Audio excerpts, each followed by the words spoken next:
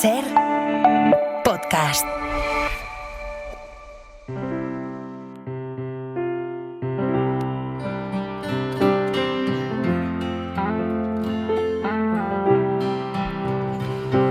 Falanges distales, falanges mediales, falanges proximales, metatarsos, tarsos, astrágalos, calcáneos, naviculares, primeros, segundos y terceros, cuneiformes, cuboides, plantas, empeines, tendones de Aquiles, músculos extensores del dedo gordo, músculos oponentes del dedo meñique, músculos flexores cortos del quinto dedo, articulaciones, ligamentos, bóvedas plantares, nervios, venas, arterias.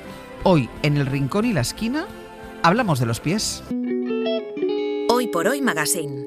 Los zapatos de piel blanca que compré tienen hoy muy mala cara, pues no para de llover. Ser podcast. Gotea el agua del techo, se escucha el cielo tronar, como si fuera de nuevo a juntar la tierra y el mar. Pies en el barro. Marta Sanz, buenos días. Buenos días, Ángels Barceló. Menuda dicción. ¿Te has dado cuenta? ¿Cómo has dicho astrágalos? Cuneiformes. Cuneiformes, flexores cortos del quinto dedo. Vamos, cosas que no sabía yo ni que existían. Sí. Calcáneos. Manuel Delgado, buenos días. Buenos días. ¿Cómo estás? Descalzo. Muy bien, muy bien. Ahora me contarás eso, esa cosa tuya de descalzarte todo el rato.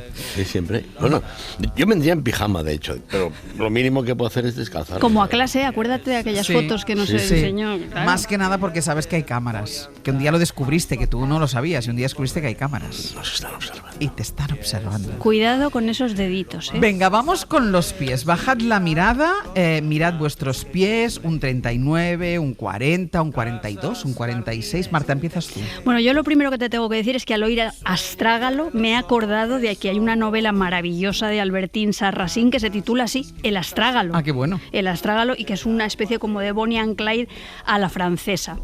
Y una vez dicho esto de... Es que no hay muchas novelas que se llamen El astrágalo, entonces hay que aprovecharlo, hay que meter ahí la cuchara. Bueno, pues yo en realidad yo tengo un 35 de los que antes eran un 34. Si te piso, borro tu pie. Pues sí, pues algo así. Yo he tenido alguna época que tenía problemas para encontrar zapatos.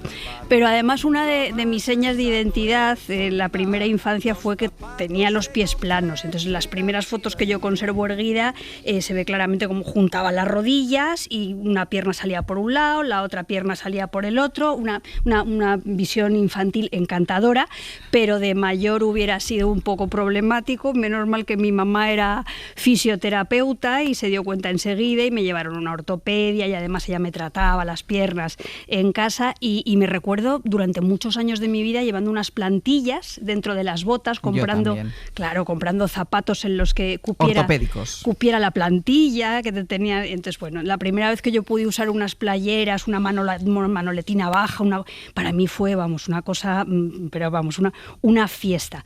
Mi madre me dejó estupenda porque no he tenido ningún problema para correr, para saltar, y tengo unas piernas preciosísimas que enseño poco para no provocar. Esto ya es así, porque me las trató tan bien que, bueno, unas piernas yo sensacionales. Y yo me imagino que esto habrá cambiado muchísimo y que ahora las medidas para tomar las medidas del pie y tal serán seguro que con ordenadores y con tal. Pero yo recuerdo de hacerte el molde del pie en una especie de papel de seda que tú plantabas y tal. Y de aquella experiencia infantil yo llevé esta experiencia infantil a una novela que se llamaba Un buen detective no se casa jamás, donde había dos gemelas idénticas, monocigóticas idénticas, que solamente se diferenciaban en el tamaño de los pies.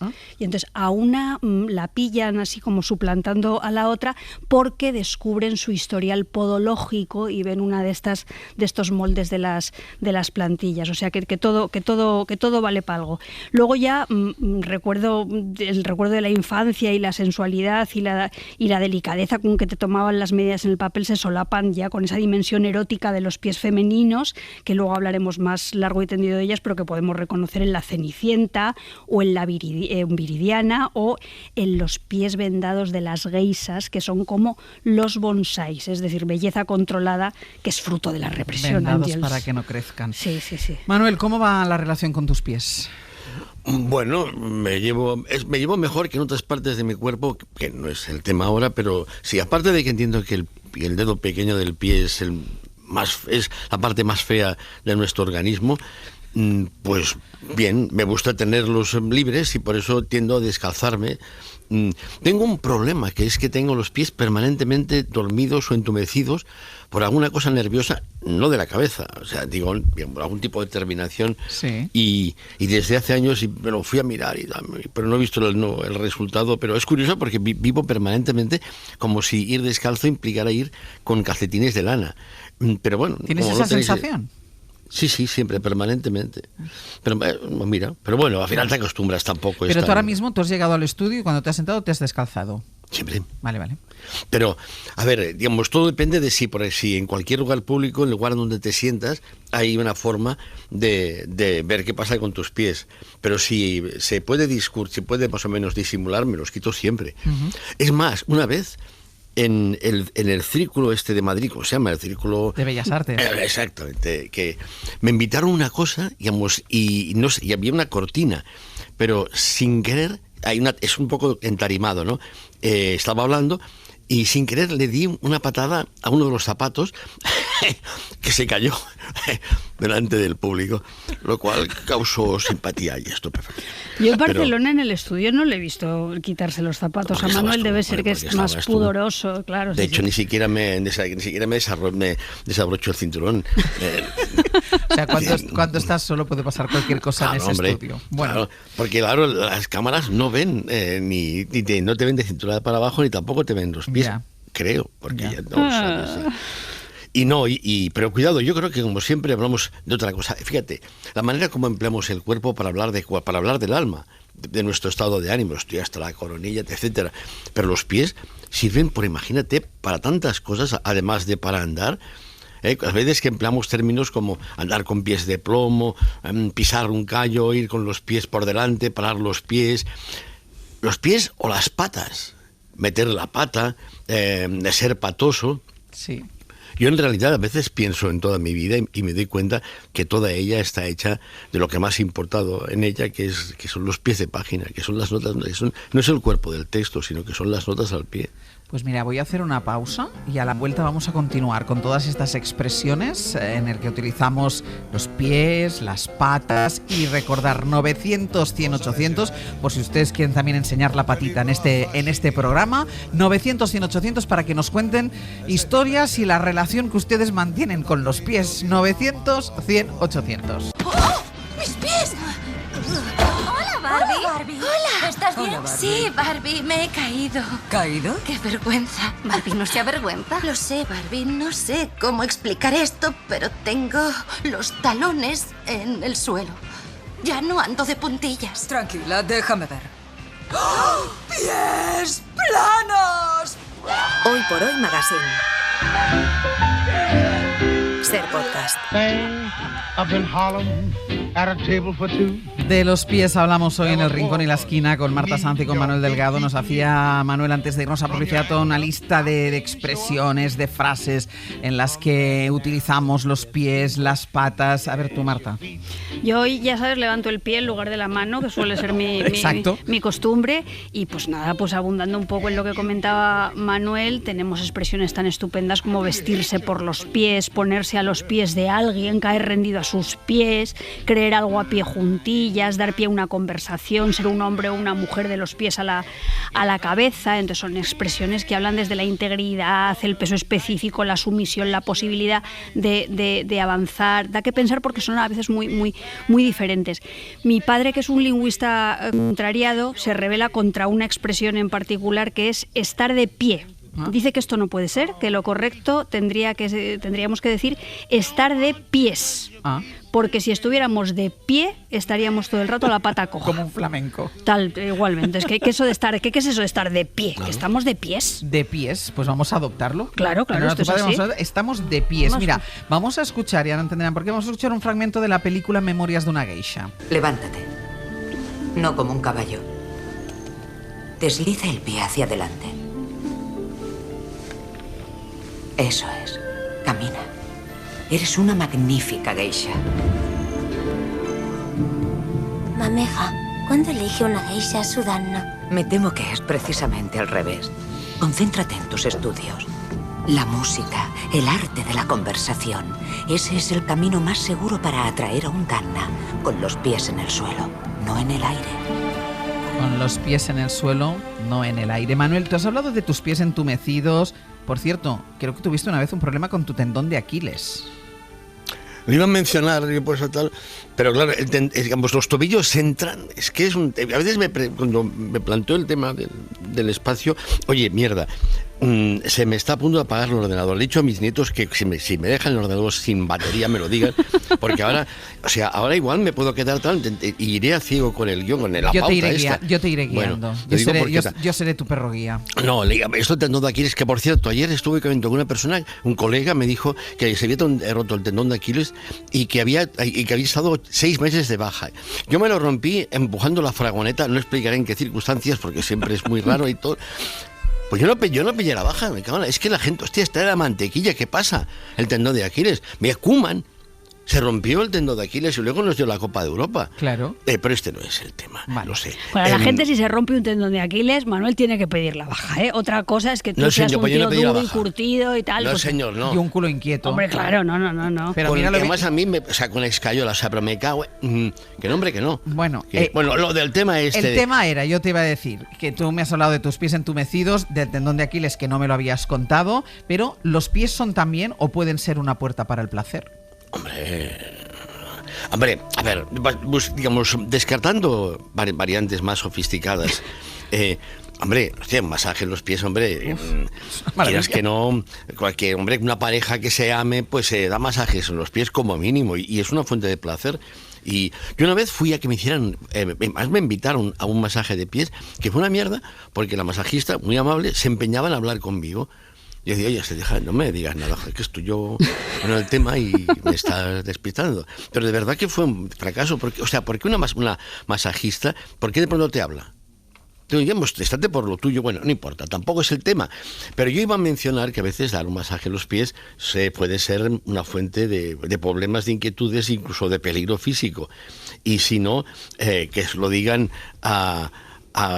¿cómo era aquel? Wallace, ¿cómo es el de Pulp Fiction? Que no me acuerdo. Marcellus Wallace. ¿Te acuerdas? Sí. Digamos, cuando van en el ascensor y el Samuel L. Jackson habla con Tarantino y a propósito de cuáles son las consecuencias que puede tener hacer el masaje en los pies a esta mujer. Esta es la secuencia. ¿Qué quieres decir? Que no se le hacen masajes en los pies a la nueva esposa de Marcellus Wallace. ¿No crees que se pasó un poco? Bueno, Antoine no esperaría que Marcellus reaccionara como lo hizo, pero seguro que esperaba alguna reacción. Fue un masaje en los pies. Un masaje en los pies no es nada. Yo le masajeo los pies a mi madre. No, es tocar a la nueva esposa de Marcellus de una forma familiar. ¿Es tan grave como comerle el coño? No. Pero es el mismo jodido juego. Espera un poco. Comerle el coño a la zorra o masajearle los pies no es la misma jodida cosa. No lo es, pero es el mismo juego. Tampoco es el mismo jodido juego. Bueno, no hace falta que te decantes, Marta, no te lo voy a... Por cierto, de pronto ha aparecido otro tema, pero... Para otro día, mejor otro día. Sí, lo dejamos para otro día o para otra temporada. Y no nos vamos a decantar. Para otra temporada. No nos decantamos, pero sí quiero, Marta, que entres en el territorio erótico de los pies. Bueno, yo lo primero que tengo que decir es que desconfío muchísimo de eso que se llama la reflexología podal. A mí eso de que te den un masaje en los pies y te puedan estar tocando el hígado me inquieta. Yo como esto no me parece... No. Pero desde el punto de vista así más placentero y erótico, una amiga mía me contó una historia preciosa.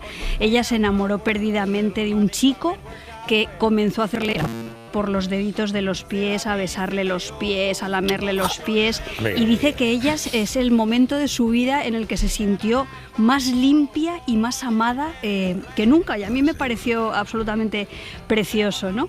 Luego es cierto que el erotismo del cuidado de los pies también tiene un reverso más oscuro. Acordaos, por ejemplo, de Lolita, que Humbert le pinta las uñas de los pies a su muñeca, a su niñita, y se la apropia con su mimo y sus cuidados, y a la vez Lolita, que ya sabéis que se decía así, Lolita, de luz de mi vida, pues pese a ser tan solo pues una criatura abusada, que es lo que es, se siente mujer y femme fatal cuando se pinta o le pintan las uñas de los pies. Haremos a esa secuencia, pero ¿qué estás murmurando, Manuel? Cuando estaba hablando de lamerle los deditos, ¿qué estabas murmurando? Será que me hago mayor, pero yo no. Vale, pues entonces vamos a la secuencia de Lolita. Lo clásico. Un clásico, vayamos a los clásicos. Stanley Kubrick, basada en la novela de Nabokov, recuperamos el momento en el que el profesor de literatura, interpretado por James Mason, discute con Lolita, encarnada por Sue Lyon, mientras le pinta las uñas de los pies. Ya no me quieres. Precisamente porque te quiero. No me quieres. Te quiero mucho, Lolita. Me estás volviendo loca. No me dejas hacer nada, solo quieres tenerme encerrada en esta asquerosa casa. Ahora, querida, ve a lavarte la cara. Yo iré a la cocina a preparar el asado. He dicho que te laves la cara. Yo iré a la cocina a preparar el asado. ¡Oh, sí! Y cuidado con la laca de las uñas. Parte erótica y fetichista de los pies. ¿Por qué, Marta, crees que hay esa atracción por los pies? Bueno, en el fetichismo de los pies de las mujeres hay mucha complejidad, hay mucho morbo, pero el caso es que, así leído desde una perspectiva de género, el pie, nuestro pie, ha de ahormarse en un zapato, ha de constreñirse a un molde, a una venda, a lo pequeño, apretado, y de esa violencia, que es una forma de dominio, como hablábamos antes de los bonsáis, se genera un tipo de belleza antinatural. Es una belleza que duele, que limita los pasos del objeto bello, a la vez que subraya el poder del fetichista, ¿no? Los piececitos pequeños de las mujeres. Hay algo que lleva a las mujeres hacia la minoría de edad y la necesidad del tutelaje a través de los pies, ¿no? Entonces, yo creo que la libertad de las mujeres pasa por la libertad de su zancada, como echas el paso por la liberación de los tacones, por la comodidad y la conexión con la tierra, que a veces se vincula con el hecho de ir descalzas. La chunga, ¿acuerdas de cómo bailaba la chunga descalza? La condesa descalza de Mankiewicz, que es una película maravillosa. Shakira canta y baila descalza muchas veces y tiene una canción que se llama Pies descalzos. Y ahora que lo pienso, pues acordaos en La Cenicienta, las hermanastras de La Cenicienta, Drisela y Anastasia, las hijas de Lady Tremaine, son pura incorrección por el tamaño de sus pies. Son dos señoras. Pues yo soy pura incorrección. Tú eres muy... Bueno, y además llevas unas zapas preciosas fosforescentes, Ángels, que serían dignas de... Qué pena que esto no lo masaque la cámara. Hemos puesto el pie de la una en el pie de la otra y ha sido una cosa un poco escandalosa. El caso es que estas hermanastras de La Cenicienta pues son todo lo contrario de lo que tendría que ser esa mujer sumisa, recogidita, manejable, así la mujer llavero, correctita, adyacente, la mujer que queda bien, que queda reducida a la metonimia de su pie pequeño. El problema es que estas hermanastras, ellas lo que quieren ser es correctitas y pequeñas, pero sus pies son enormes. Sus pies no se lo permiten. La película Cinderella de Kenneth Branagh a mí me hace muchísima gracia. Kate Blanchett haciendo de madrastra de Lady Tremaine está estupenda. Y os voy a leer un poema de pies. Un poema de pies que es mío y que habla de mujeres y de zapatitos. ¿Cómo calzarse la palabra mujer sin que el pie zancajee dentro del zapatito? Después, muy pronto, los cordones aprietan y el cuero, el tafilete, el charol nos hacen rozaduras y ampollas que nunca cicatrizan. Me gusta. Y ahora un viaje en el tiempo, Manuel. Nos lleva a Viena, año 1967.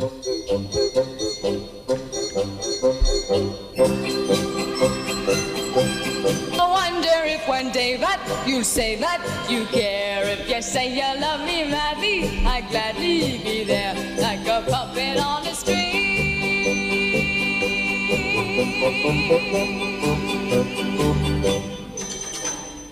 Love is just like a merry-go-round. A ver, Manuel, ¿por qué esta canción? Bueno, antes dos elogios para Marta que creo que merece. En primer lugar, que esto que ha dicho del tema del pie femenino no lo había pensado y está bien. me lo quedo. Y luego otra cosa, que cómo se agradece que alguien lea un poema, incluso propio, sin declamar. Es una cosa que me carga mucho, no digamos cuando le ponen música. Con 100 cañones por banda. Estoy de acuerdo contigo. Y luego esto de, hombre, pues que quienes tengamos un poco de edad nos acordaremos del Festival de Eurovisión del 67, que lo ganó esta canción, Somos marionetas bailando sin fin en la cuerda del amor, que la cantaba la Sandy Shaw, que salió a cantar descalza. Y entonces recuerdo de la red, digamos, que se hablaba de ella como la cantante de los pies descalzos. Hombre, y está bien, ¿no? Porque dado después del pavoroso espectáculo de Eurovisión del otro día, que de pronto ya era patético, ya era, digamos, ridículo. Además, ahora ya era ridículo manchado de sangre, pues creo que es un contraste interesante entre una mujer que de pronto ejercía la cosa esta hippie de la humildad, que era muy simpático y sincero seguramente, pues aunque sea únicamente para ver la diferencia tan enorme que hay con esta mierda. Que llamamos Eurovisión. También cantó descalza en Eurovisión Remedios Amaya, que no sí, consigue, que es hay quien maneja un pedazo de mujer y de cantadora, y en cambio y no consiguió ningún punto, 0 puntos consiguió, y bailó también descalza. Tú ahora vas descalzo, Manuel. ¿Tú por qué te descalzas? Es decir, tú llegas a un sitio y ¿por qué? Porque para sentirte... Porque amo la libertad. ¿Qué pasa? Si no podemos dar la libertad a nuestros pies, como se suele decir, claro, a mí me gustaría, digamos, de pronto sentirme en este estudio como en mi casa, llegar y primero que hacer pues es esto, digamos, ponerme el pijama, ¿entiendes? No sé, digamos, las zapatillas. Yo no sé si la pretensión es excesiva, pero a mí me gusta sentirme como en casa y no lo hago en clase, pero también lo haría, y lo haría en cualquier sitio en el que quisiera sentirme bien del todo. Oye, esto no estaba previsto en el guión, que quede claro, España entera, pero en cambio le agradezco la pregunta, porque es verdad que, oye, no sé, quitarte los zapatos, perdona, es que, mira, rápido, en Cielo sobre Berlín hay un momento bellísimo en el que los dos ángeles que están aquí, digamos, un poco poniendo paz en la tierra, y son invisibles, y en determinado momento se juntan en un coche que está en un aparador y tal, y entonces intercambian información acerca de cómo les ha ido el día. Y entonces hablan cosas y de pronto uno dices, hostia, vaya, no lo dice así porque Wenders tiene ya un nivel, pero yo lo diría así, oye, vaya mierda eso de ser solo espíritu, porque lo que yo daría por quitarme los zapatos debajo de la mesa. Y no solo por esa sensación de libertad, Manuel, también la sensación de pisar la tierra, de esa... No sé si hay conexiones, pero esa sensación que te produce pisar el césped... Cuidado. Tú puedes reivindicar ese derecho de ir descalzo para cantar en Eurovisión, pero también lo puedes reclamar para que te fusilen en condiciones, ¿no? Porque en efecto, el presidente Lluís Companys, que es el que nombra al estadio en que juega el Barça, por si alguien no lo sabe, claro, le van a fusilar y el tío lo que hace es quitarse los zapatos. Porque esto de que es un compromiso esto de que te fusilen, tú. Y lo mínimo que puedes hacer es cuando te fusilan que tus pies toquen la tierra que amas como lo último y lo más importante que puedes hacer. Mira, de la película 13 días d'octubre de Carles Marquès Marcet, Manuel nos describirá la escena. Escuchen.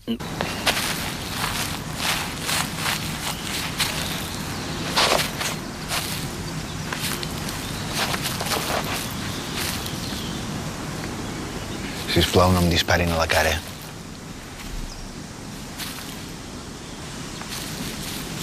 Firme. Alt! Target. Armas. Apunten. Fuego. Per Catalunya. Él pide que no le disparen a la cara y ahí va descalzo. Pero es que es esto, que pues ya lo sé que son cosas diferentes. Cantar en Eurovisión, que yo en el estudio me quite los zapatos, que Companys antes de morir se los quite también. Ya lo sé, que son escalas completamente diferentes. Pero la materia primera es la misma. Es que en última instancia, el verdadero signo de libertad que puedes exigir y reclamar y ejercer es quitarte los zapatos, ya que tú no puedes ser libre, con mínimo los a tus pies.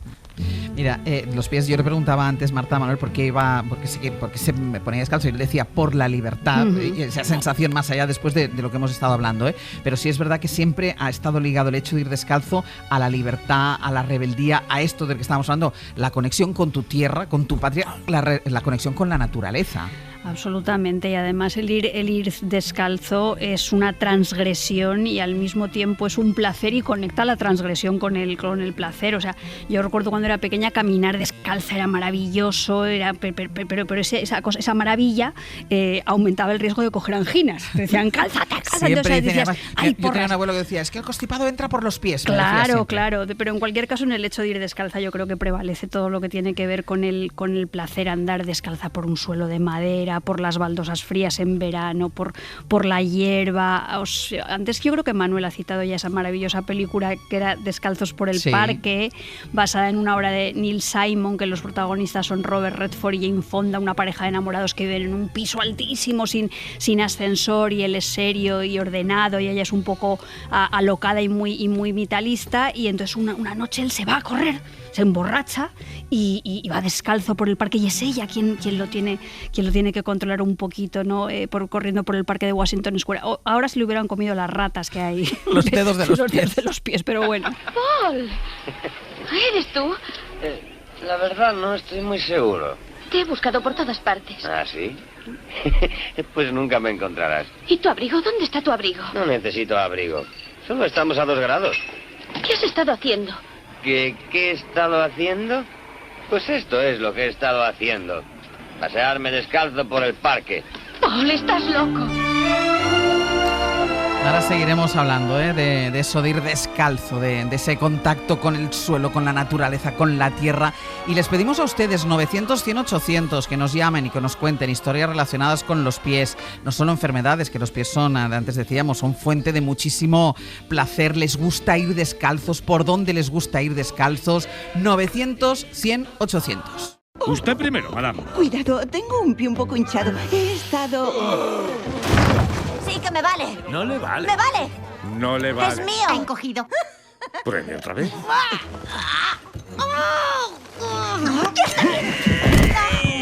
¡Me vale! ¡Me queda perfecto!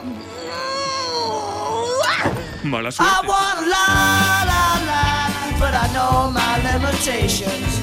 Guess I want a Ahí estaban las hermanastras de Cenicienta intentando que les entrara el zapatito de cristal, pero ellas tienen un pie demasiado grande. Estábamos hablando de los pies descalzos, escuchábamos un fragmento de la película Descalzos por el Parque. Y Manuel, tú tienes otra recomendación, un clásico que creo que ya se ha mencionado, que es La Condesa Descalza. Antes me has pedido que describa lo de Just Companions, pero creo que no hacía falta, el sonido que oíamos. No, era suficiente. Y a mí también me encanta descalzarme cuando veo un césped, lo cual implica que siempre puedes cagarte la madre que parió al pie del perro. Estoy aquí yo en plan romántico, libertad, y tal, y tú me has plantado aquí una mierda que ya me dirás tú. Pero La Condesa Descalza, fíjate, hay un montón de escenas en las que se alude justamente a los pies de Ava Gardner. De hecho, la primera es cuando él entra en el camerino, que parece que está vacío y ve que detrás de una cortina le ve los pies a ella y a él, que están ahí en finta. Pero lo que ocurre es que no podía desaprovechar la oportunidad de, hablando de los pies, hablando de La Condesa Descalza, de mencionar un momento que viene después de este que acaban de mencionar, que es cuando Humphrey Bogart va a buscarla a su casa para convencerla de que vaya a Roma a un rodaje y tal. No sé, me parecía que era, dicho, a ver si cuela. Pues cuela. Uno de sus principales defectos, Harry, es que nunca sabe dónde acaba la película y dónde empieza la vida. Kirk se equivocaba al decir que yo no sabía dónde acababa la película y dónde empezaba la vida. Un guión debe tener lógica y la vida no la tiene. Cualquier escritor que se precie de serlo se habría tragado el whisky de Oscar y saltado como una fiera. Pero no se trataba de un guión. Ahora lamento que no lo fuera. El guión hubiese sido más sensato que todos nosotros, que la vida misma. Un guión tiene sentido, pero la vida no. Y eso vale para nuestros guiones. Nuestros guiones más o menos tienen un cierto sentido, aunque sea como pauta. La vida no lo tiene. La vida no lo tiene. Joseph Mankiewicz, guionista, director de La Condesa Descalza, también nos dejó material para palabrar del calzado. Cuando yo era una niña, igual que muchas otras, no podían comprarme zapatos. En mi casa eran pobres, la vida muy dura. Yo acostumbraba a mirar los escaparates de las zapaterías. Así huía de los gritos de mi madrastra. Y soñaba que cuando fuera mayor, también yo llevaría zapatos. Desde entonces, odio los zapatos. Porque, Marta, hablan nuestros pies y hablan nuestros zapatos. Bueno, claro, el calzado es un signo de clase y de poderío social. Pensad, por ejemplo, en los Manolos. Antes he citado a Viridiana, pero fíjate la obsesión de Buñuel por los zapatos y los zapatos como marca de clase. Ya estaban, por ejemplo, en una película como Ensayo de un crimen, donde salen los zapatos carísimos de la señorita Patricia Terrazas, que pone encima de la mesa del casino, como diciendo, estos zapatos no los lleva cualquiera. Fijaos, ahora que todo el mundo usamos zapatillas y la zapatilla de deporte se ha convertido en una marca de distinción social muchísimas veces, yo alucino en la calle Fuencarral, que a veces me vuelvo loca viendo esas colas de gente comprando unas zapatillas, algunas carísimas, sofisticadísimas. Ya no es dime cómo calzas y te diré quién eres, en el sentido de que puedas llevar mocasines castellanos, botas con suela de neumático, espardeñas. No, ahora es dime qué zapatilla llevas y comprobaré tu estatus social, ¿no? Hemos pasado de ser el homo erectus al hombre zapatilla o la mujer zapatilla. Tenemos una nueva manera de erguirnos y caminar por el mundo que tiene que ver con nuestras zapatillas. Y a propósito de lo de las zapatillas, tú sabes que he estado este fin de semana en Tánger, en un festival de cine maravilloso, el Festival de Cine Africano de Tánger, y la película que ha abierto este festival de cine, que se titula Samia, es un biopic de una atleta somalí, Samia Yusuf Omar, nacida en el 91, muerta en el 2002, mientras trataba de llegar a Italia en una patera. Entonces, es una película espectacular. Ella fue la primera corredora somalí que participó en unas Olimpiadas, en las de Pekín. Llegó la última, por supuesto, poniendo de manifiesto que hay personas mejor alimentadas que otras personas y mejor entrenadas que otras personas. Y al final Samia se ahogó intentando agarrarse al cabo de un barco al atravesar el Mediterráneo para llegar a Italia, ¿no? Y el sueño de esta corredora fue siempre tener unas zapatillas para correr. Y evidentemente no las tuvo nunca, se las prestaron en las Olimpiadas de Pekín, pero ella jamás llegó a tener unas zapatillas. La directora de esta peli es una jovencísima mujer somalí que se llama Yasmin Sandereli. Yo espero que estrenen pronto esta película en España, porque es de verdad maravillosa. Es una peli que va de zapatillas, mujeres, desventajas, carreras, sueños y la tumba del mar Mediterráneo. Te aprieta el corazón pero no te deja llorar. Samia se llama la película, pues a ver si llega pronto. ¿Tú, Manuel, caminas para pensar? Mira, la expresión... Oye, a mí Homo erectus siempre me ha parecido una expresión un poco obscena. Sí. Tú es que tienes la mente un poco sucia, Manuel. Yo quisiera curarme. Bueno... Es que además da material para la auditoría de los viernes, pero a chorros. A chorros. Oye, ¿qué iba a decir de esto de... A ver, la expresión pararse a pensar no tiene sentido. Si te paras, no piensas. Los pies sirven para pensar. De hecho, los peripatéticos lo sabían. Rousseau escribió un libro que se llamaba Las ensoñaciones del paseante solitario. Pero cualquier persona que salga a pasear o a correr, cuidado, aunque sea descalzo, como los atletas somalíes que ganaban medallas descalzos, pues uno no puede... ¿Qué haces ahí? Digamos, caminando, yo qué sé, corriendo. ¿Qué haces entre cuando vas trotando o chino-chano? No puedes dejar de pensar. Y al menos yo, digamos, todas las cosas que se me han ocurrido, e incluso los errores, se me han ocurrido caminando, cambiando de sitio. Ahora en bici, Manuel, ¿no? Es igual. Mira, incluso en coche, homenaje había hecho en Italia de Roberto Rossellini, en la que las reflexiones van en coche. Las road movies son básicamente películas que hablan de lo mismo. Es decir, para pensar hay que moverte. Es un accidente de la itinerancia. Y como ilustración había pensado en una película preciosa, esta filming, que se llama La soledad del corredor de fondo, que es un chaval tal que está en un reformatorio que le da por hacer cross, por hacer carreras de fondo y tiene que competir con un colegio de millonetes y tal. Y entonces, digamos, él va ganando, pim pam, pero mientras va corriendo, ganando, no puede dejar de pensar. La voz en off que escuchamos es la de su pensamiento. Luego os digo qué pasa al final, aunque sea un poco spoiler. Luego de escucharlo, venga. Sí, claro que venga, tiene gracia. Bueno, cuando llegue el momento de despedirte de Raxton Towers, puede que descubras que tienes un gran futuro como atleta. Un maravilloso Jaguar y una secretaria que conteste a tus fans. Vitoreándote por las calles. Si nos seguís el juego, ladrón miserable, seguiremos el vuestro. ¿Qué quieres decir? Corre como un condenado galgo. Es el rey del reformatorio. Atletismo, deporte. ¿Dónde demonios has estado? ¡Johnny me ha dado una patada! ¡Cállate, chivata gordinflona. ¡No estoy gorda, gusano! Haced el favor de no gritar. ¡Tiene una novia! Para de una vez. No voy a tomar ninguna pastilla. Tú cállate. Todo lo que hay en esta casa me pertenece. Que te quede claro. Te daré una lección un día de estos. Ya aprenderás. Vamos con el spoiler, Manuel. Bueno, el spoiler es que de pronto él va a estar llegando a la meta, va ganando y a 2 pasos de la meta, ¿qué hace? Se queda parado y deja que gane el otro, que gane el del colegio Millonetis. Y va sonriendo porque ve que ha jodido a los de la escuela y tal, como diciendo, mira, ahora os vais a la mierda. Tú. Ahora no gano, mira, hombre, ¿qué pasa? ¿Algún problema? Yo voy a hacer una nota al pie, que de esas que son importantes, como ha dicho Manuel. La película de Tony Richardson es impresionante, pero yo también recomiendo mucho que leáis la novela en la que está basada la película, que es una novela de Alan Silitoe, que es uno de los Angry Young Men, una generación de narradores de los años 50 ingleses, que es increíble. Y esta novela en especial es estupenda, y hay otra que se llama Un lugar en la cumbre, de John Brain, que también tiene una adaptación cinematográfica brutal, que bueno, hay que ver sí o sí. Vale. Obligatorio.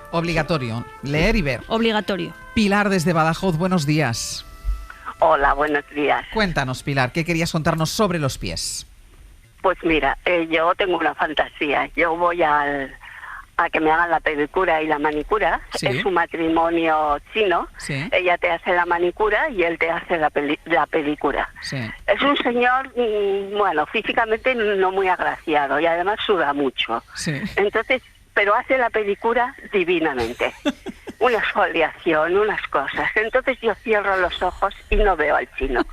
Veo a quien a mí me apetece en ese momento ver. Bueno, esto pasa mucho, Pilar. Se le llama fantasía. Quisiera, yo qué sé, vamos, es una bendición. De hecho, esta semana tengo que coger para ir. Pues, porque las tengo que hacer, básicamente. Sí, sí. Y entonces, pues esa es mi fantasía. Digo, ¡buah! Voy al chino, no sabes cómo maneja el pie. Es que a mí me encanta, siempre me ha encantado que me toquen los pies. Mi marido, que ahora ya no me los toca, pero siempre me daba masajicos. Y de verdad, para mí es una bendición. Y andar descalza como Manuel, yo también. ¡Qué maravilla! En el césped, o sea, pero lo del chino, te juro que yo al chino no veo. Pilar, muchísimas gracias. Gracias a vosotros y un beso. Danos Un el beso número, grande. Pilar. Hay que ir al chino a hacerse los pies. Susana desde San Feliu, buen día, buenos días. Hola, Ángels, buenos días. Un placer hablar contigo. Igualmente, cuéntanos. Mira, quería comentar, el lunes por la tarde me dio un golpe así muy tonto con el pie, ¿no? El pie derecho y el dedito pequeño del pie derecho se me salió del sitio. Eso duele una barbaridad. Tuve que ir al hospital a que me lo colocaran y casi me muero del dolor porque yo lo llevé fatal. Es la segunda vez que me pasa y la primera vez que me pasó me dijeron, le dije, ¿qué le ha pasado, señora? Y le dije, pues el dedo pequeño, el dedo meñique del pie, y me dice, señora, los dedos del pie no tienen nombre. Yo digo, ay, disculpe. No sabía yo que los dedos del pie no tenían nombre. Entonces, ¿por qué? Pues no sé, no tienen... Yo tampoco lo sabía. Bueno, el pulgar es el pulgar de la mano, pero el pie es el dedo gordo. Sí, el dedo gordo, pero luego no, el dedo pequeño o el dedo del medio, no lo sé, no tienen nombre, no me dijo. Y yo casi pues me disculpé, casi fue como que me estaba riñendo, ¿sabes? Y luego además cuando me hicieron la radiografía del pie me dijo la chica de la radiografía, me dijo la radióloga, uy, ahora empieza la temporada de chanclas, dice, va a haber aquí roturas de dedos todos los días. Ya, es que esa es la otra bronca, porque a mí eso me ha pasado también y la bronca es, eso te pasa por ir descalza. Sí, o sea que son muy... Y los pies no los cuidamos tanto como deberíamos, eso sí que es verdad. Pues Susana, cuidado con esos pies. Sí, muchas gracias, beso. Buenos días. Hasta luego. Adiós. Mira, hablábamos antes de los zapatos y del calzado, porque se podría componer, Marta, una biografía a partir de los zapatos que nos hemos calzado y descalzado a lo largo de la vida. Tú hablabas antes de los zapatos ortopédicos, ¿no? Claro, y los pasos que han dado nuestros pies. Absolutamente, y mira, y los actuales juanetes que nos recuerdan las necesidades podológicas de la tercera edad. Yo trabajo sentada y también camino para pensar, como dice Manuel, pero yo me acuerdo sin parar de todas estas personas que trabajan a pata firme todo el día. Me meto en sus piernas, me meto en sus pies y me duelen. Hay una novela maravillosa de una escritora francesa que se llama Tener un cuerpo, donde ella evoca una época de su vida en la que trabajaba de pie en una fábrica, la marca que esos trabajos dejan en el cuerpo. Y también me acuerdo, por ejemplo, de las trabajadoras del Tea Rooms de Luisa Carnés, que se quejan durante toda la novela de los pies por estar detrás de un mostrador, ¿no? A Luisa Carnés le hacemos un homenaje en la Feria del Libro este qué fin bien. de semana, no al que viene. Qué bien. Sí, sí. ¿Algo que decir de los pies de los trabajadores o de los olvidados, Manuel? Bueno, únicamente que me vienen en la cabeza las vitrinas que en Goldsmith recogen los zapatos de los... Es verdad. Y eso es tremendo. Bueno, pues no sé, pues qué voy a deciros. Yo creo que la manera de acabar este espacio dedicado a los pies es recordar que más vale morir de pie que vivir de rodillas. ¿Y no tenías ninguna referencia cinematográfica?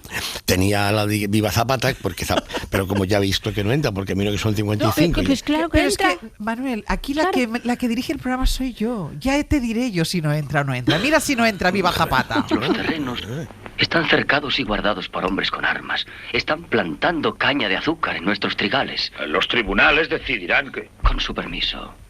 ¿Los tribunales? ¿Sabe de algún pleito sobre terrenos que haya sido ganado por los campesinos? ¿Te quitaron tus tierras? Hace tiempo que a mi padre le quitaron sus tierras, señor presidente. Hijos míos, soy vuestro padre, vuestro protector, soy de vuestra sangre. Pero creedme, estos asuntos se llevan tiempo. Tened paciencia. Con su permiso, señor presidente. Hacemos el pan con trigo, no con paciencia. Y la paciencia no derribará una alambrada con vigilantes. Y todavía nos queda un minuto para que Marta nos cuente unos apuntes que tiene relacionados con los pies y que quieres mencionar. Bueno, es que para mí una de las cosas más difíciles del mundo es dibujar un pie. Yo te puedo dibujar un ojo sensacional, una boca, una mano, pero un pie, eso es para nota. Y me acuerdo muchísimo de esos pies minúsculos y compactos de los dibujos Heidi y Marco. ¿Os acordáis de Heidi y Marco? No eran pies, eran burrujitos. ¿Y alguna cosa más? No, ya con eso ¿Ya me está? quedo, ¿Con eso me te quedo quedas bien? satisfecha yo ya. Pues cálzate, Manuel, que se acaba y Caemos de pie. Te tendrás que ir. Sí, ahora me abrocho el cinturón. Vale, abróchate el cinturón, ponte los zapatos y para sí, la calle. sí. Manuel, Marta, hasta la semana que viene. Un beso grande. Adiós. Hoy por Hoy Magazine. En la última biografía no autorizada... Quizá la organización delictiva menos conocida para el gran público sea la dedicada al tráfico de dientes. Si analizáramos el ADN de nuestras dentaduras postizas, podríamos averiguar que muchas de las piezas que componen sus dentaduras provienen de otras bocas. El margen de ganancia es increíble. Compran un diente por menos de, no sé, lo que le dejan al niño, menos de €1, y lo venden engarzado junto a otros 31 dientes. El ratoncito Pérez es español y monárquico. Nació de la pluma del jesuita Luis Coloma, a quien le pidieron que escribiera un cuento para el rey Alfonso XIII, el del metro, línea 4, la línea marrón. Quiero decir que ahora que el emérito vive en Abu Dhabi, está intentando imponer esta costumbre entre los niños y padres abudabíes. Y va colando, ¿eh? Cada vez que un niño de los Emiratos Árabes pierde un diente, el ratoncito Pérez les deja un pozo de petróleo bajo la almohada. ¡Qué generoso! Ser podcast. Después de un par de semanas algo atípicas en las que asistimos a las biografías de una persona anónima o un ratón, volvemos a cierta normalidad, si es que esta sección ha sido normal en alguna ocasión. Roberto Villar, buenos días. Buenos días, Sánchez. Sí, hoy presentamos la biografía de una persona muy odiada por unos y muy querida por otros, como suele ocurrir con quienes fueron presidentes de gobierno de España. Biografía no autorizada de José María Aznar. A ver, pero ¿qué se puede decir que no se haya dicho ya sobre él? Enfrentarse a una biografía de Aznar me parece un auténtico desafío. A mí lo que me parece un desafío es escuchar entera esta versión bachata del himno del PP. José María Aznar López es un político español, cuarto presidente de gobierno de España desde la transición en las legislaturas sexta y séptima de España de 1996 a 2004. Es miembro del Partido Popular, del que fue presidente entre el 90 y el 2004. Te lo estoy diciendo, es difícil decir algo nuevo sobre él. Esto perfectamente lo puedes haber sacado de la Wikipedia. De ahí lo he sacado, claro, precisamente no para marcar a partir de ahora que todo lo que escucharemos no solo no está en la Wikipedia, sino que muy pocos conocen. Se trata de un material inédito, íntimo casi, fruto de meses de investigación. ¿Y si dejas de hacerte autobombo y empiezas ya? Primer dato revelador para que no os llaméis engaños. Sé que muchos creéis que sabéis qué significan las siglas de la fundación que preside José María Aznar. FAES, pues no. FAES no es el acrónimo de fachas españoles. FAES, fachas españoles. No, lo digo porque lo mismo se presta a confusión. FAES es la Fundación para el Análisis y los Estudios Sociales. Vale, tú lo sabías, pero no toda la gente lo sabe. Segundo dato esclarecedor. En el cuarto de baño de mi casa tengo colgado un cartelito con una de las tantas frases geniales que ha dicho Aznar. Quien pueda hacer que haga. La leo cada vez que voy al baño. Esto iba sobre Aznar, no sobre tu intimidad. Pero, ¿y si nos metemos en la vida íntima de Aznar y Ana Botella, por ejemplo? Bueno, según el tratamiento que le des, puede ser un poco más interesante. Ahí. Aznar conoció a Ana y a los 3 días le pidió matrimonio. Se casaron a los 21 años, tienen 3 hijos y 7 nietos. Ana y José María se llevan bien, pero como cualquier matrimonio, tienen sus diferencias. Por ejemplo, él repite cada mañana eso de ¿quién es usted para decirme cuántas copas de vino me puedo o no beber? Y sin venir a cuenta, porque él no bebe alcohol en el desayuno. Ella en realidad no lo escucha, porque se está tomando un relaxing cup of café con leche en Plaza Mayor, ubicada a unos 13 kilómetros del domicilio que comparten. Esto sí que son datos desconocidos y bastante difíciles de creer también. Sí, bueno, también es difícil de creer que Aznar haga entre 600 y 800 abdominales diarios. Y sin embargo, eso es lo que confesó a ese tan incisivo entrevistador como magnífico cantante que es Bertín Osborne. Lo que no le dijo Aznar a Bertín, y pudo descubrir mi equipo interdisciplinar, es que mientras Aznar hace abdominales en la intimidad, habla catalán con ellos. O sea, Aznar habla catalán con sus abdominales. Con todos sus abdominales, con esa multitud de abdominales que tiene. Mantienen unas charlas de lo más animadas. Sus abdominales y Felipe González son los 2 mejores amiguis de José Mari. Son amistades diferentes, claro, porque con los abdominales lleva años y con Felipe la amistad comenzó hace relativamente poco. Un buen día, después de repetir tantas veces eso de váyase, señor González, Aznar inició una amistad entrañable con él. ¿Pero tú crees que tan amigos son? Tantísimo. A pesar de que provienen de ideologías opuestas, últimamente no hay semana que no se encuentren en La Centralidad. La Centralidad es un bar que hay en el centro de Madrid. Pues yo que vivo en el centro de Madrid no conozco La Centralidad. Yo lo conozco, no te pierdes nada. Es un bar, quiere y no puede. El café no es bueno, pero tampoco es malo. La comida no está mal, pero tampoco bien. La decoración ni fu ni fa. Las mesas están como así como equidistantes una de las otras. Todo es solo correcto, sin alma, aburrido. Por algo se llama La Centralidad. ¿Y qué hacen allí? Allí se juntan para ver de sus cositas, de bonsáis, de pádel, de lo mal que envejecen algunos, lo típico. Se cuentan chistes de los 90, estos moderadamente garrulos, llaman parienta a sus mujeres, ponen a parir a Pedro Sánchez y se quejan de que ya no hay libertad de expresión como la que había antes cuando gobernaban ellos. También, a veces, Aznar lleva a Felipe a ver obras, como hacen los jubilados. ¿Obras de edificios en construcción? De edificios ya construidos, en este caso. Sí, porque Aznar se centra más en entidades en horas bajas, con dificultades económicas, para ver si las compra. Algunos jubilados le dan de comer a las palomas, otros le dan de comer a fondos buitre. Palomas, buitre, todas las aves merecen nuestro respeto. Y así pasan la tarde, hasta que Ana Botella vuelve de la pelu, después de hacerse su cardado diario, y grita desde la puerta de La Centralidad: José Mari, venga, pa' casa, y se vuelven juntos a Pozuelo. Yo debo admitir que me estoy enterando de cosas que no sabía. Te lo dije al principio. Pues en el coche, de regreso al hogar, siempre tienen una pequeña discusión, que no pasa a mayores porque se quieren y se respetan, pero, por ejemplo, hace 3 días discutieron porque Ana, por la mañana, antes de salir para la Plaza Mayor a tomarse su cafelito, quería comerse el trocito de tarta que le había sobrado de la cena anterior. Y resulta que la tarta no estaba en la nevera. Ya, pero es que eso molesta mucho. Eso es motivo de divorcio, que no es el caso porque se adoran.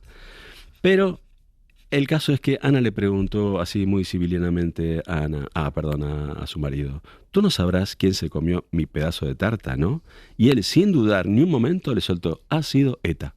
Ana se quedó ahí todo el viaje dándole vueltas a... Es que esta anécdota es inmejorable. Inmejorable. Buen momento para la conclusión. Una sugerencia más para Ana Botella, que me sabe mal que no encuentre su porción de tarta y se quede con lo que le dijo su marido. Señora, ¿ha probado a buscar la tarta en el mismo sitio en el que están escondidas las armas de destrucción masiva? Piense que los que roban tartas no están ni en desiertos remotos ni en montañas lejanas. No imagino mejor final. Hasta el miércoles. Hasta el miércoles, Sánchez. Hoy por Hoy Magazine.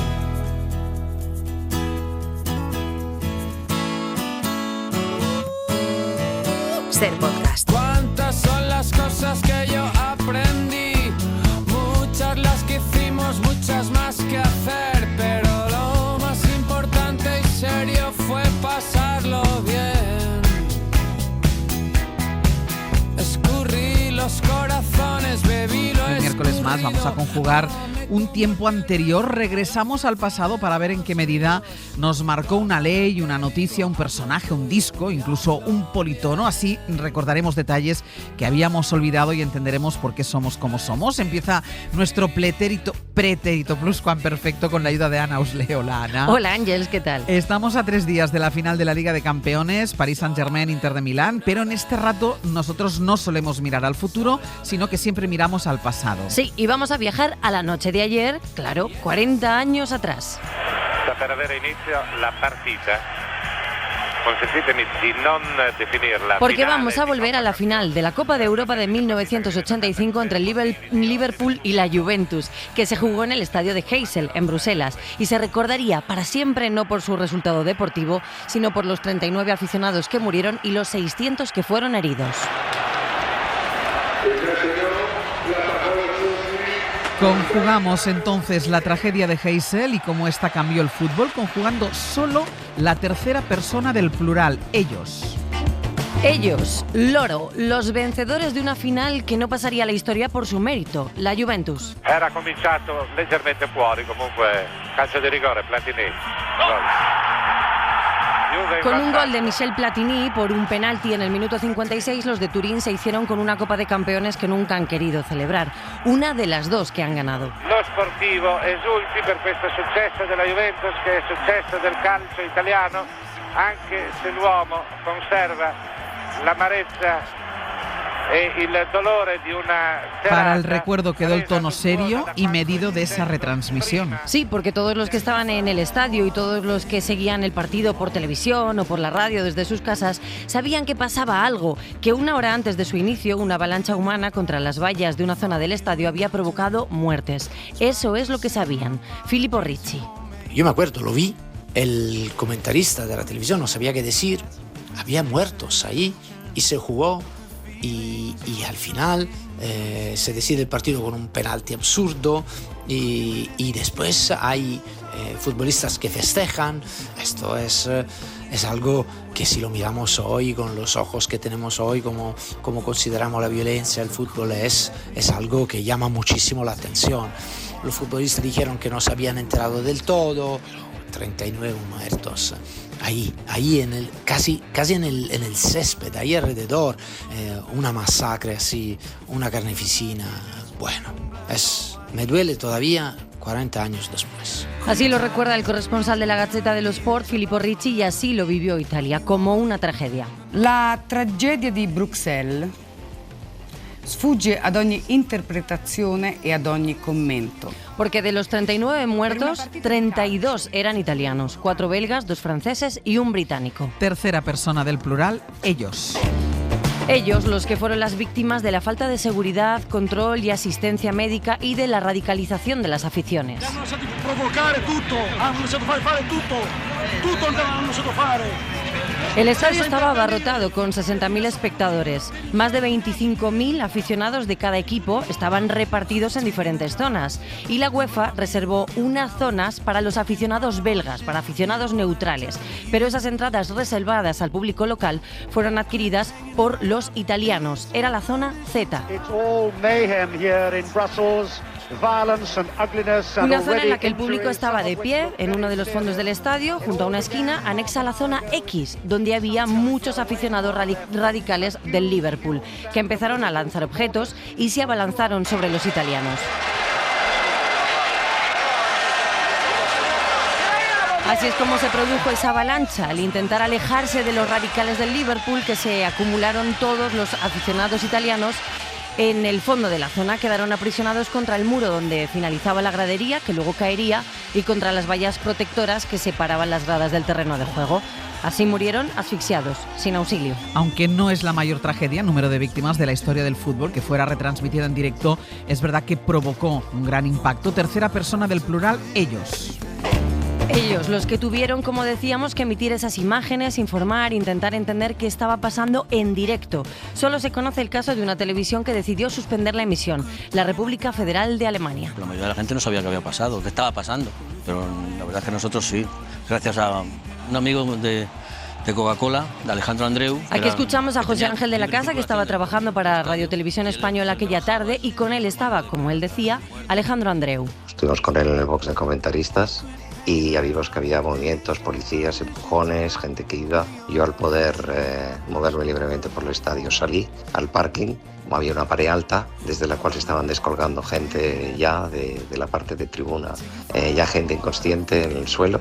Volví, se lo conté a José Ángel, dudaba de cómo seguir radiando porque ya era consciente de lo que estaba pasando. Al acabar salimos y ahí es cuando tuvimos el gran impacto de ver a los fallecidos, que creo que fueron 36 o 38, en el suelo alineados, unos cubiertos, otros no, familias llorando a sus seres queridos y nosotros pues volviendo al hotel con esa sensación de decir qué barbaridad, hemos venido aquí a disfrutar de un partido de fútbol y nos vamos con una gran tragedia. Tercera persona del plural, ellos. Ellos, them, los ingleses, recuerdan Heysel con mucha vergüenza, como un punto de no retorno.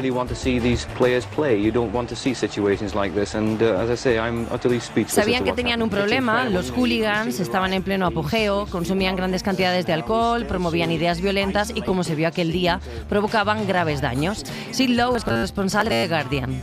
La gestión de aquella final, la elección del estadio, la condición del estadio, la gestión policial, el papel que jugaron las autoridades. Creo que estos elementos, para mí, no se han visto señalados cuando deberían también de haberse visto señalados en algún momento. Y eso no es para nada justificar el comportamiento de la afición, pero creo que es un elemento importante.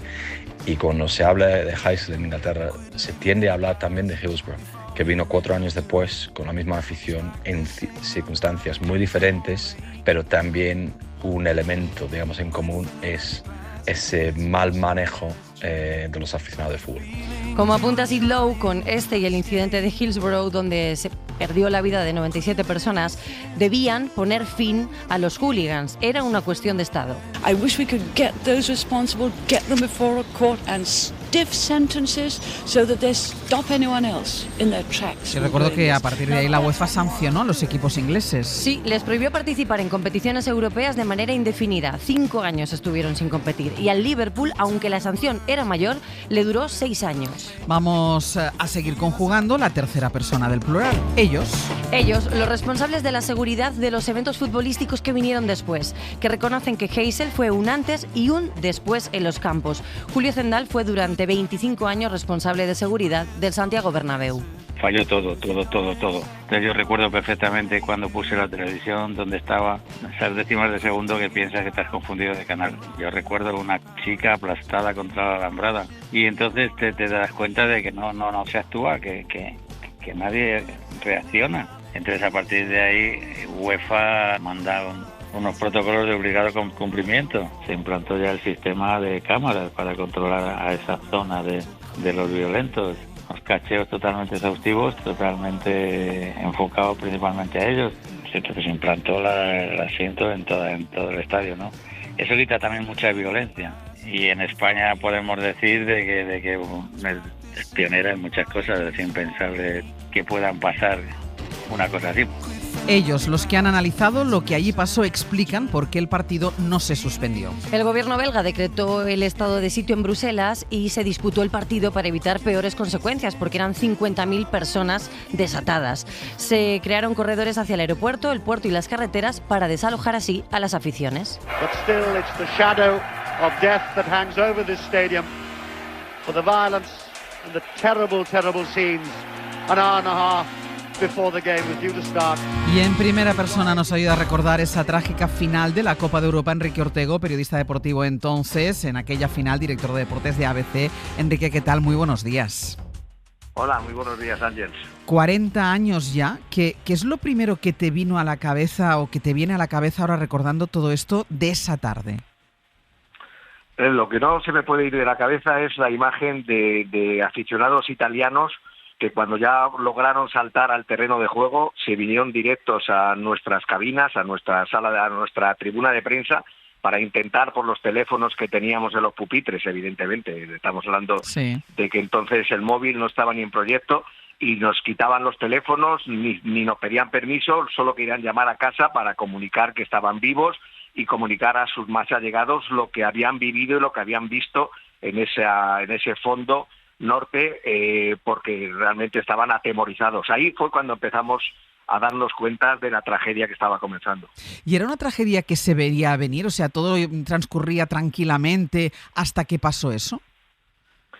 La verdad que la policía belga estaba obsesionada con el día, es decir, con que durante el día no se cruzaran ambas aficiones, porque el año anterior la final se había jugado en Roma y los aficionados de la Roma habían hecho barricadas contra los del Liverpool, habían hecho encerronas, les persiguieron por toda la ciudad. Y sí habíamos visto, porque nos lo dijo un periodista italiano, que había seguidores del Liverpool con camisetas blancas que ponía "vengaremos la noche de Roma". Es decir, que los aficionados del Liverpool ya fueron a Bruselas con una obsesión que era la del año anterior. Pero bueno, no parecía que pudiera ser tanto. Yo creo que el problema fue que en ese fondo se mezclaron todos. Ese fondo que iba a ser para aficionados belgas, al final los italianos compraron muchas, al final compraron ingleses y estaban todos mezclados. Eso se debe evitar, eso no se puede acometer nunca. Y luego había habido una imprenta que había hecho entradas falsas, y las entradas falsas precisamente también eran de ese fondo, o sea, que se fueron sumando cosas. Claro, recordaba a Sid Lowe antes, creo que era él, que decía, bueno, más allá de la actitud de los hooligans ingleses, que tienen mucha responsabilidad, pero hubo una mala gestión del campo, entiendo que poca presencia policial e incluso en su momento poca presencia de sanitarios. Efectivamente, porque toda la policía estaba por la ciudad.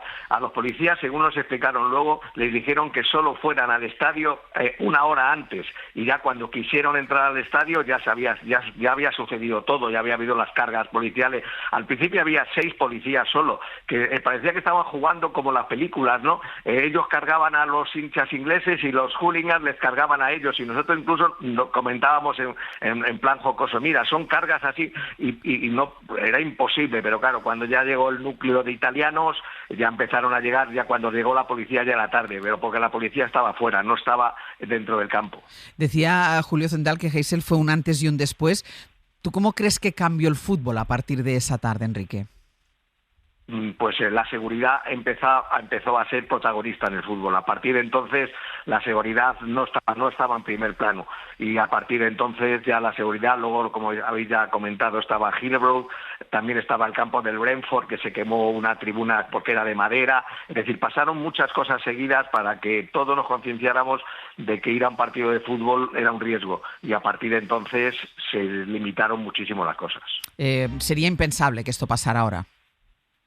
Sí, totalmente. En un campo de estos de equipos punteros, me estoy planteando, ¿eh? Sí, entendido. Y aparte que nunca se hubiera jugado una final ahora en un estadio como Heysel. Heysel era muy viejo para poder tener una final. Yo sé que a la UEFA le gustaba entonces mucho hacer finales en ciudades muy céntricas para que pudieran ir los aficionados de los dos equipos con cierta comodidad.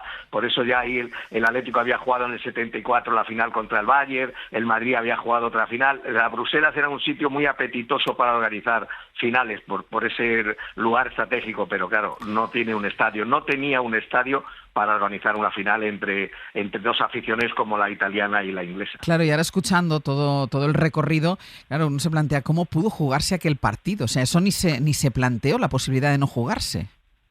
Ahí fue la policía y el gobierno belga los que convencieron a los dos equipos y a la UEFA de que por medidas de seguridad tenían que jugar, que hubiera sido mucho peor, aseguraban no jugar ese partido, porque las aficiones sí se podían haber enfrentado mucho más, había 50.000 personas al margen de esos, y fue la policía, fue un tema de todo por seguridad, dieron a entender, pero los equipos no querían jugar, aunque luego los equipos, en el caso de la Juve, sorprendentemente celebraron el gol y la victoria como si no hubiera pasado nada. Y eso, Platini está arrepentido toda su vida de que él cantara el gol como lo cantó, pero en ese momento dice que fue lo que le surgió, y luego él llegó a ser presidente de la UEFA y para él ha sido una mancha siempre en su carrera. Enrique Ortego, muchísimas gracias.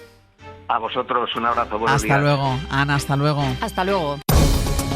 11:39 de la mañana, 10:39 en Canarias. Enseguida vamos con la entrevista del día, pero déjenme que hablemos con nuestro compañero Javier Rodríguez en Canarias, porque ha volcado un cayuco en la isla del Hierro con 200 personas a bordo. Javi, ¿qué sabemos? Lo que sabemos es efectivamente que acaba de volcar esta embarcación que llegaba hace escasos minutos al muelle de la Restinga en el Hierro. Ocurrió justo en el interior del muelle cuando, en ese momento crítico en el que los migrantes van a buscar auxilio, se escoran a un lado de la embarcación se dio la vuelta y muchos quedaron atrapados debajo. Según las primeras informaciones, en esta embarcación hay niños, hay bebés que están siendo rescatados del mar, están en el lugar tanto Salvamento Marítimo como el Servicio de Urgencias Canario para poder prestar la atención necesaria. Y si bien todavía no hay un balance de muertos ni de heridos porque se están atendiendo las urgencias, de momento según las primeras estimaciones hay entre 120 y 180 personas que iban a bordo de esta embarcación. Desde el pasado 14 de mayo no llegaba ningún cayuco a la isla del Hierro. Javi, estaremos pendientes de cualquier novedad. Gracias. Chao.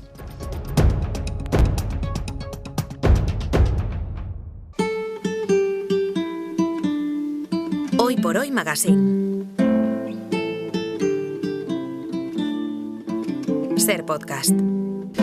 Y ahora una historia que narrada en un libro puede comenzar justo cuando terminó, a las 7:28 de la tarde del 27 de junio de 2023. Y en Ucrania suben a 13 las víctimas mortales por el bombardeo ruso sobre una pizzería en Kramatorsk. La última fallecida confirmada es Victoria Amelina, una reconocida escritora del país. O antes, el 24 de febrero de 2022, cuando Rusia invadió Ucrania, así lo contábamos esa misma madrugada en este mismo programa. Hola, muy buenos días. Esta madrugada del 24 de febrero, Rusia ha declarado la guerra a Ucrania de la forma en la que Putin hace las cosas, ordenando una operación militar en la región del Donbass que en realidad se extiende ya desde hace horas a otras zonas del país. Este sonido se repite en Kiev, en Mariupol, en Odessa. Rusia bombardea puntos estratégicos desde poco después de que se emitiera el mensaje de Vladimir Putin.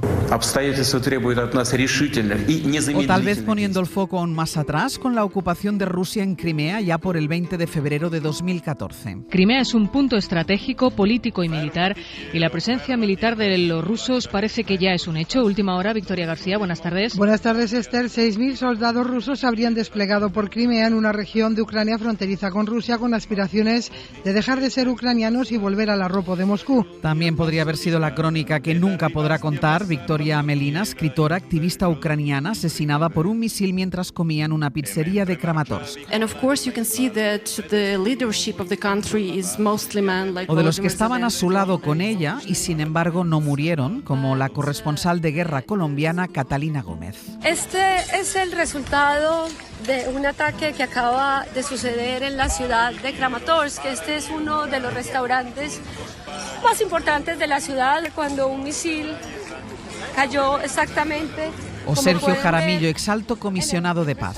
No, pues Rusia ha incrementado sus ataques criminales contra la población civil. A mí me parece que es realmente un escándalo que el mundo no esté más escandaloso. Yo miraba a Sergio, miraba a Catalina, miraba al chofer de nosotros, ucraniano y traductor, que se llama Dima.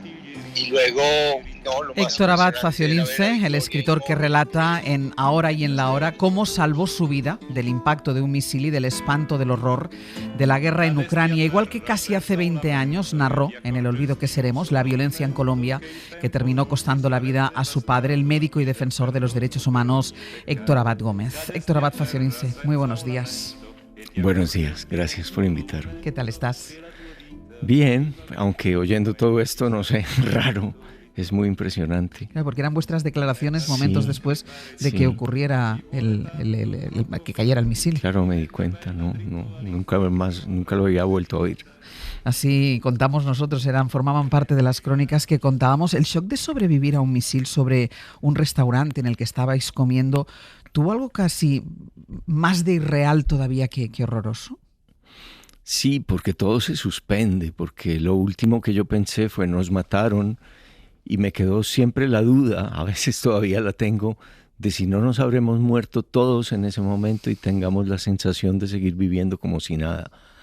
Es muy raro porque yo era el más viejo de la mesa, porque Victoria, la que falleció frente a mí, tenía la edad de mi hija, habían nacido en el mismo año, en el año de la catástrofe de Chernóbil, que sucedió también en Ucrania, porque yo oigo mal por el oído derecho y me había cambiado de silla y para oírle bien a Sergio, que no vocaliza nunca, y ella se pasó para la silla que yo estaba ocupando y ahí fue donde la metralla le entró por la cabeza, por detrás. Luego supe que habían fallecido 2 gemelas de 14 años, sí, a las que el padre las había llevado a celebrar sus buenas calificaciones y el padre sobrevive. Entonces, bueno, no, cuando yo regresé y estaba en Madrid, y durante mucho tiempo y durante la escritura de este libro estuve muy mal. Además, date cuenta de una cosa, ¿no? Que la realidad permitió que sucediera lo que en la ficción probablemente no podría haber sido, sino el relato de una muerte segura. Es posible que en la ficción hubiera muerto todo el mundo y la realidad, o sea, que os salvarais vosotros. Es que la mente humana trata de explicar las cosas que pasan, ¿no? Intenta explicarlo. La mayoría de la gente te habla del destino, que no era tu hora, que no era tu día. Otros te hablan de la providencia, que te salvó el Dios, la Virgen, o mi familia, que es como animista, que me salvó mi papá o mi mamá.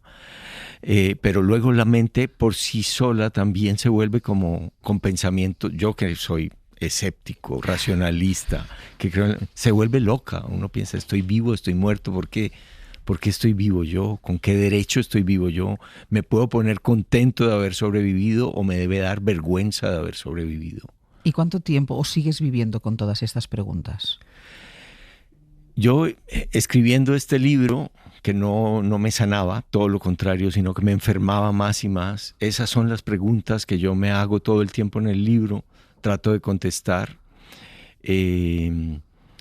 No me curó, las preguntas están ahí. Yo también traté de escribir un libro de ficción para entenderlo. Escribí al mismo tiempo un libro de ficción que ocurría además en Gaza, no en Ucrania, porque también me daba rabia y culpa e indignación que la venganza de Netanyahu estuviera matando de hambre a la gente en Gaza.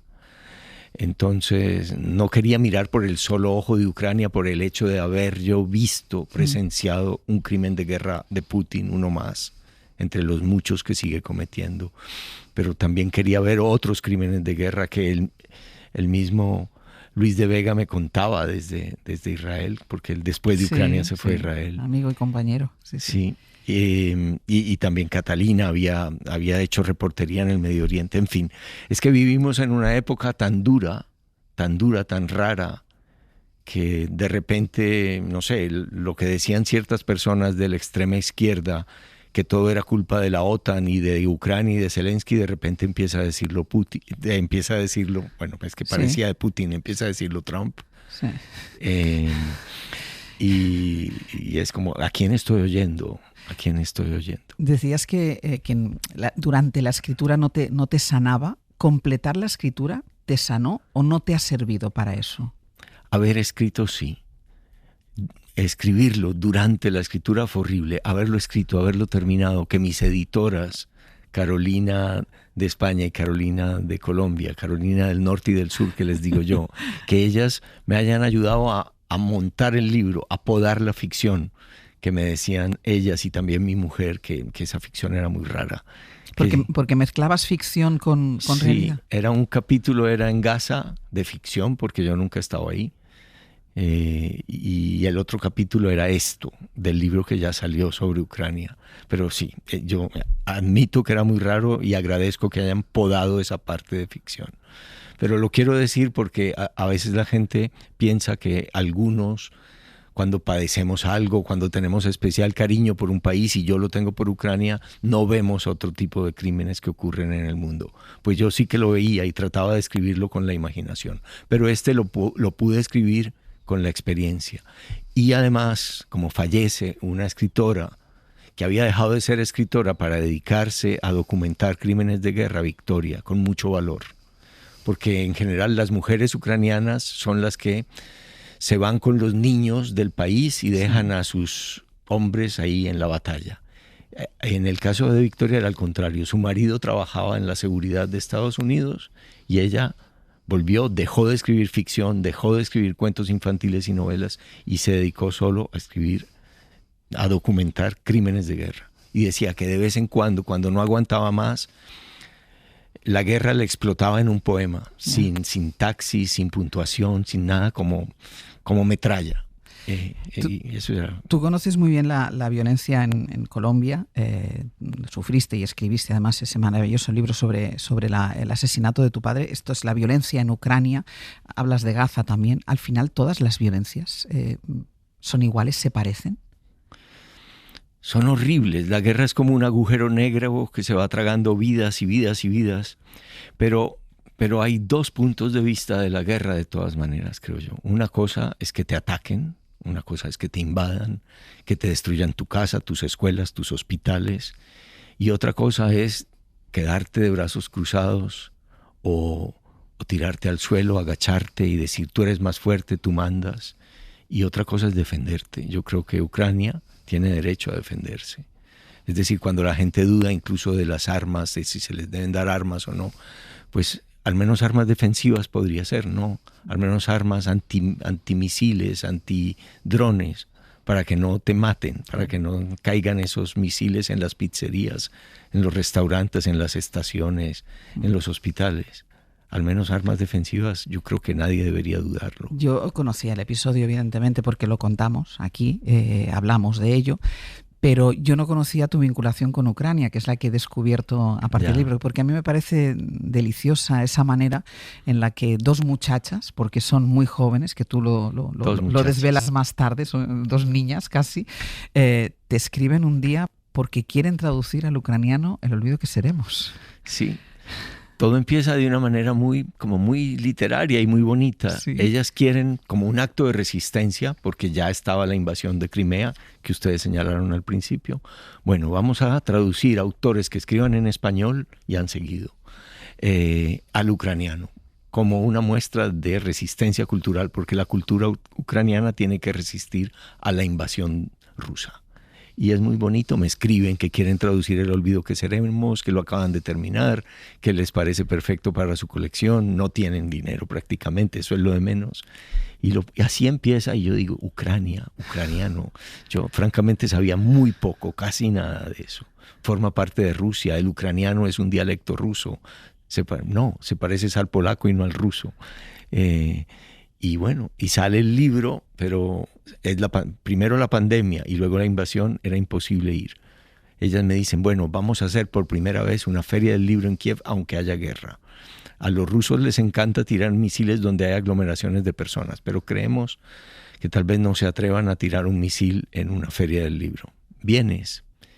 Y ellas no tenían miedo de estar ahí, de vivir ahí. Anabel y Marina. Y yo digo, bueno, no les puedo decir que no. Y voy, y voy con Sergio Jaramillo, que quiere presentar una campaña de latinoamericanos a favor de Ucrania, Aguanta Ucrania, y estando ahí él me dice, no, pero vamos más al este porque en Kiev la guerra no se ve tanto, y yo no quiero ir, pero voy. Yo no es que vaya a ir. Tú no tienes madera de héroe, ¿no? No, yo no fui como un valiente, como alguien que quiere ver la guerra, no. Yo fui contra mi voluntad y por falta de carácter. Pero, por no saber decir que no. Por no saber decir que no, exactamente. Y bueno, es decir, esto que nos pasó, esto que yo presencié, no lo cuento porque yo tenga derecho a decirlo como heroicamente. Lo cuento porque me siento obligado a decirlo por Victoria, que ya no tiene voz, y porque estoy seguro de que si Victoria hubiera sobrevivido y yo me hubiera quedado en esa silla, que era la silla de la muerte, ella estaría probablemente ahora en la Feria del Libro de Madrid contando qué fue lo que le pasó a ese viejo escritor de Colombia que fue a dar allá al fin del mundo y lo mataron allá. Ella estaría aquí contándolo. Y yo quiero contar que a ella la mataron injustamente, escogiendo un blanco civil, un restaurante, en la hora en que más gente había. Y consiguieron matar a 13 personas y herir y mutilar a 62 más. Tú de alguna manera te conviertes también en activista por los derechos humanos, por los derechos de los ucranianos. De alguna manera intentas captar a gente para la causa. ¿Te has llevado muchas decepciones? Es curioso, ¿no? Porque muchos de mis amigos, colegas, decían exactamente lo mismo que dice ahora Trump, la extrema derecha. Mis colegas en general de izquierda decían, no, eso es culpa de la OTAN. No, es que Ucrania es parte de Rusia, Ucrania no es otra cosa. No, es que la culpa la tienen los ucranianos porque no dejaban hablar en ruso a la gente. Lo mismo que dice Trump y lo mismo que dice la propaganda rusa es lo que ellos decían. Era muy triste, era muy decepcionante. Y bueno, con algunos me peleé, con otros logré mantener la amistad porque algunos también reconocen al menos que Putin es un asesino. ¿Y con la familia bien? Con la familia fue muy duro. Cuando mi esposa me oía que estaba planeando este viaje, me llamó aparte y me dijo, ya sé que vas a ir, quiero que sepas que con esto me estás haciendo mucho daño.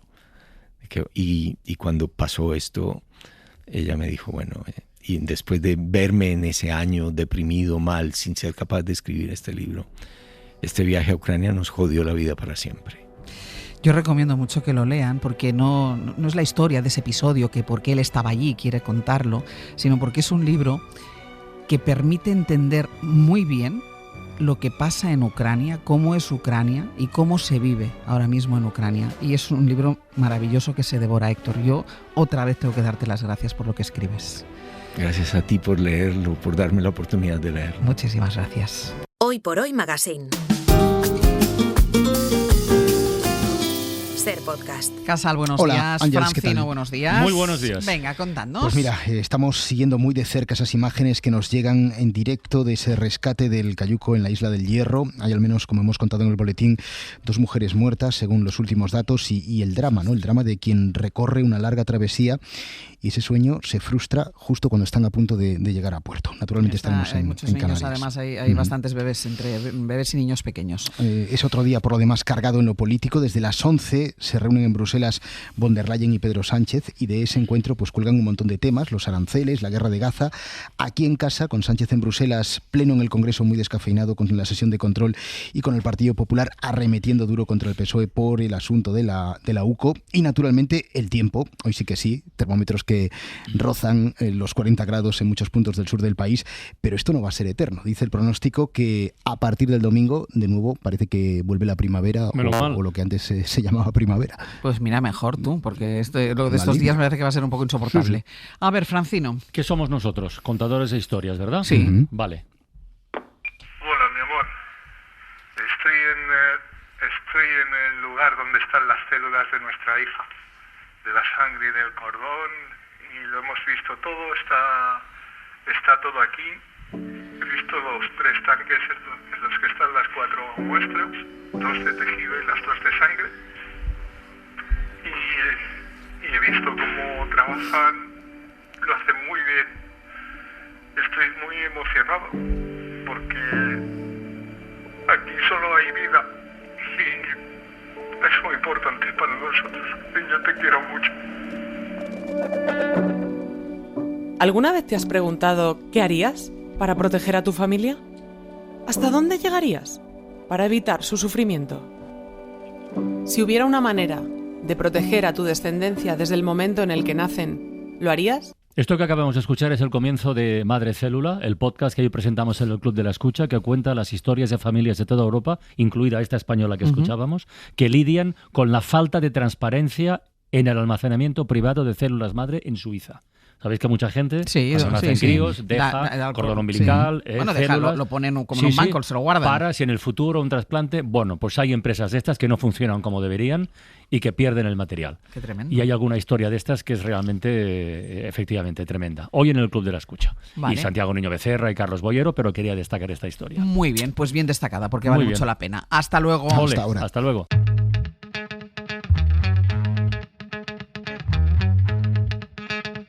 Sí, sí, sí. 1, 2, 3, como 1, 2, 3, como Ron DMC, in the place to be. No estoy en mi pick, pero en este beat, yo. Sueno más real que el Madrid, soltando el clip. Llegó Billy the Kid disparando más fuego que Miami. Este sí lo compro.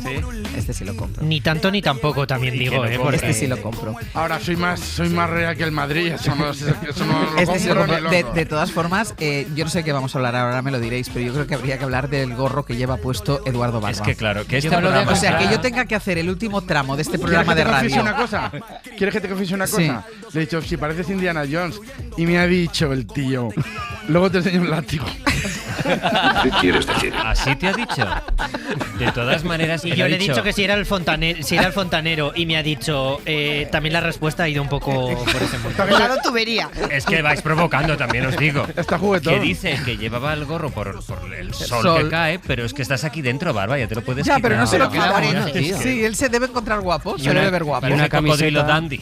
Una camiseta verde con un elefante. Exacto, va de coronel tapioca totalmente. Sí, podría estar en la terraza de la SER o en un safari en Kenia. Es que va a instalar ahora el riego automático.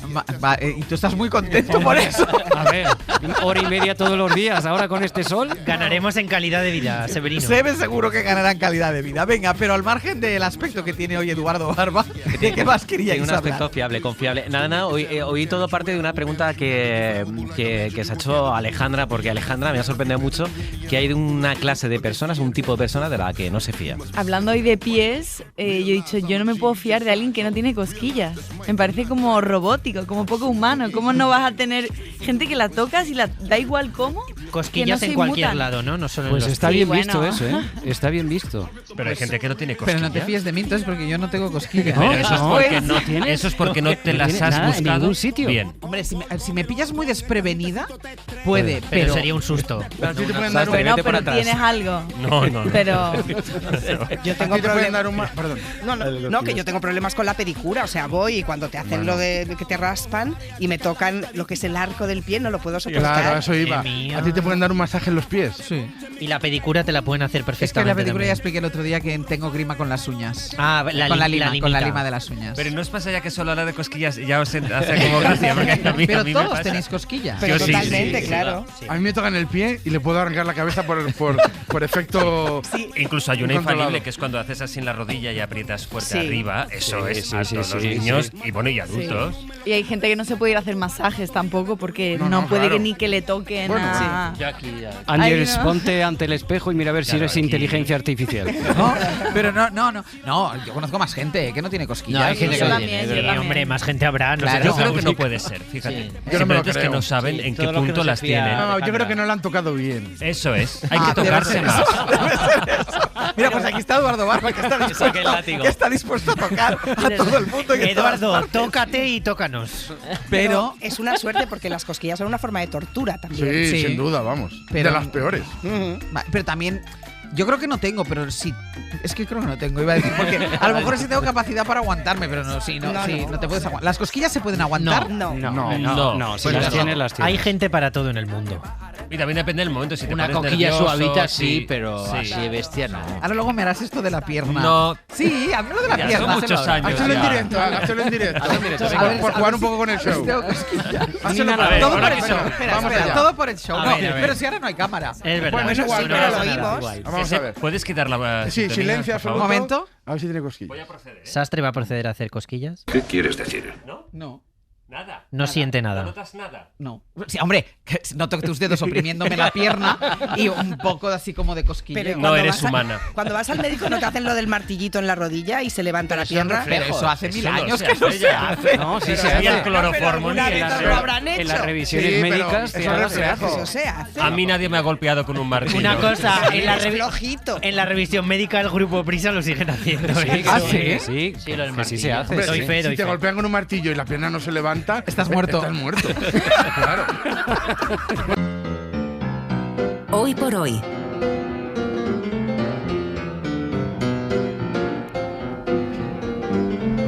Cosa leggerai? Pues vamos, hoy te toca a ti, Brian, el último compás. Hoy me toca a mí. Ya he recuperado esta canción de Paolo Conte porque me gusta muchísimo. Ha sonado en El Rincón y la Esquina, lo sabemos, Severino. Y también así tengo un gesto con Sastre que últimamente no estaba muy contento conmigo. Vale. Bueno. Dicho lo cual, no me busques las cosquillas. Dicho lo cual, animamos a todos los oyentes a recuperar la conversación con Héctor Abad Faciolince sobre su última obra, Ahora y en la Hora, que ha sido maravillosa. Pero me quiero quedar con una oyente de El Último Compás. Hay llamadas... Del Último Compás, no. Del Rincón y la Esquina. Esto es El Último Compás. Eso es. Hay llamadas que pueden resumir temas. Y la de Pilar de Badajoz ha sido una de ellas porque nos ha hablado de los pies que dan para golpes, para broncas e incluso para fantasías. Pues mira, yo tengo una fantasía. Yo voy al a que me hagan la pedicura y la manicura. Sí. Es un matrimonio chino. Sí. Ella te hace la manicura y él te hace la pedicura. Sí. Es un señor, bueno, físicamente no muy agraciado y además suda mucho. Sí. Entonces, pero hace la pedicura divinamente. Una exfoliación, unas cosas. Entonces yo cierro los ojos y no veo al chino. Veo a quien a mí me apetece en ese momento ver. Bueno, esto pasa mucho, Pilar. Se le llama fantasía. Quisiera, yo qué sé, voy al chino, no sabes cómo maneja el pie. Es que a mí me encanta, siempre me ha encantado que me toquen los pies. Mi marido, que ahora ya no me los toca, pero siempre me daba masajicos. Y de verdad, para mí es una bendición. Maravilloso. ¿Cómo maneja el pie? Yo me lo quiero poner en bucle. Y una exfoliación. Una exfoliación. Unas cosas. Es una maravilla nuestra oyente, como todos. Venga, que nos vamos. Mañana volvemos a partir de las 6. Pongan el despertador.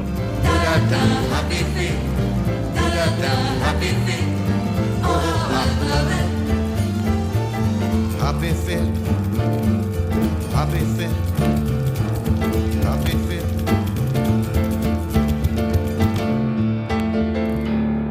Hoy por hoy, Àngels Barceló. Para no perderte ningún episodio, síguenos en la aplicación o la web de la SER, Podium Podcast o tu plataforma de audio favorita.